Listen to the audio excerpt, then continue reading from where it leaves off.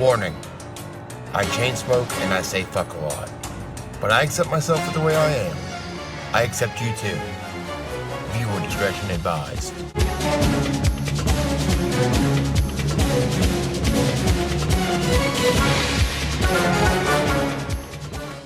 Hi, I'm Jamie Lee Curtis, and the plane you see behind me is a United States Marine Corps Harrier jet that's used in my latest movie, True Lies. The action sequences in this picture are outrageous. I mean, they'll blow you away.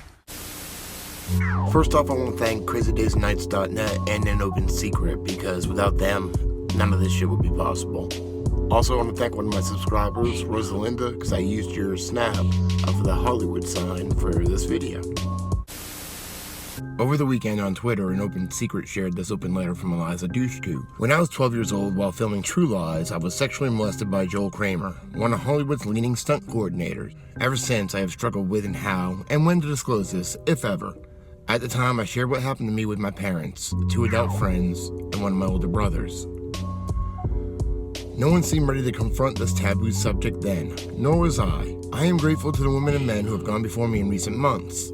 The ever-growing list of sexual abuse and harassment victims who have spoken out with their truths have finally given me the ability to speak out.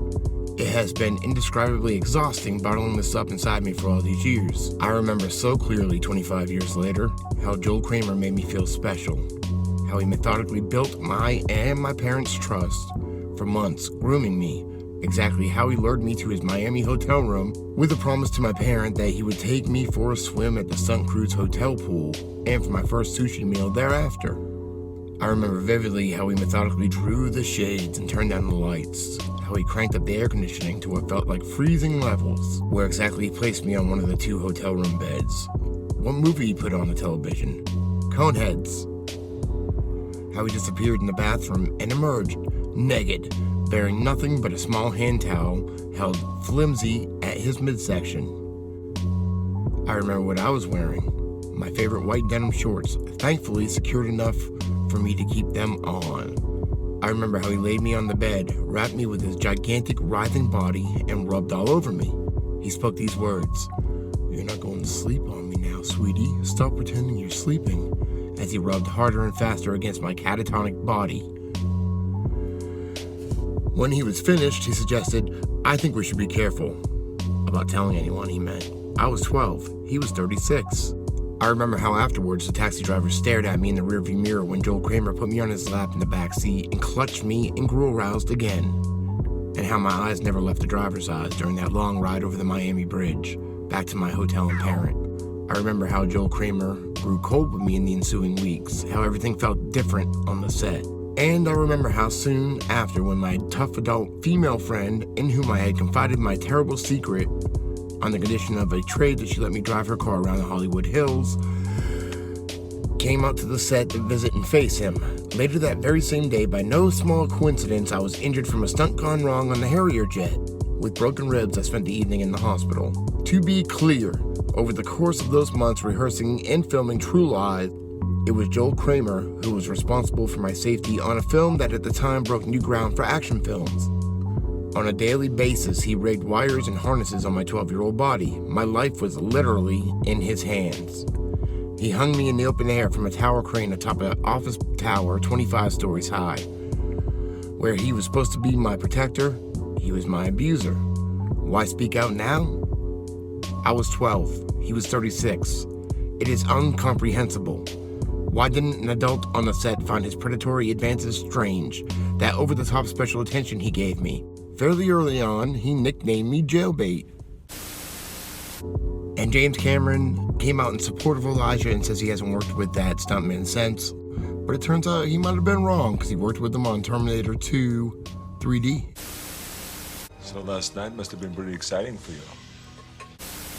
These next clips from the making of True Lies are just to show the age difference between Joel Kramer and Eliza Dushku. It went so far, we had it within a 2-foot distance. He lies to his boss. And so where we could... She's 14 years old, and I mean, he just doesn't know her. He doesn't realize that she's really affected her. Because there was a lot of heat coming off of that, too. And so she skips school, she gets in trouble, she does anything.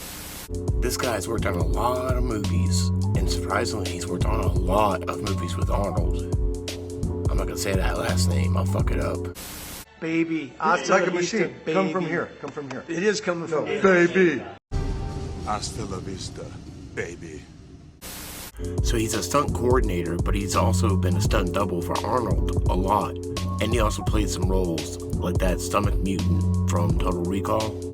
The stunt sequences, however big and outrageous they are, somebody, you could pull it off. It could be done. That's the way this movie was made. The Predator, when his mask comes off.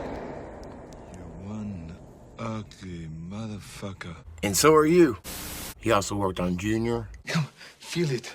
No, I don't think so. Come, just feel it. Kindergarten Cop. Boys have a penis, girls have a vagina. And a shitload of other Arnold movies. He also worked on Cliffhanger with Sly. Working with Sly's been fantastic, especially as a stunt coordinator, because we've put him in a lot of positions that are very dangerous. He's done most of his, I'd say 95% of his own stunts.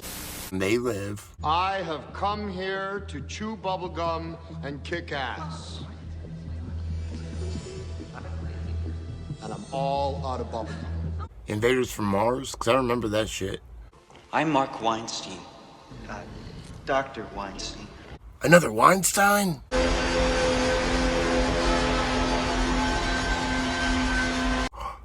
Moonwalker. On air with the serial killing pedophile. Are you sick? Why do you ask? You look sick. No, sweetie, he's not really sick. That's just how Steve Buscemi looks. He can't help it.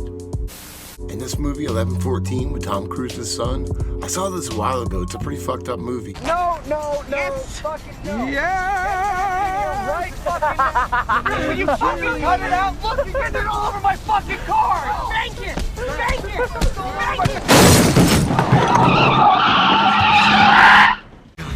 Is everybody all right? Oh. Oh, fuck. Oh, fuck. My penis is on the loose. If you see it, just try to catch it with some cheese.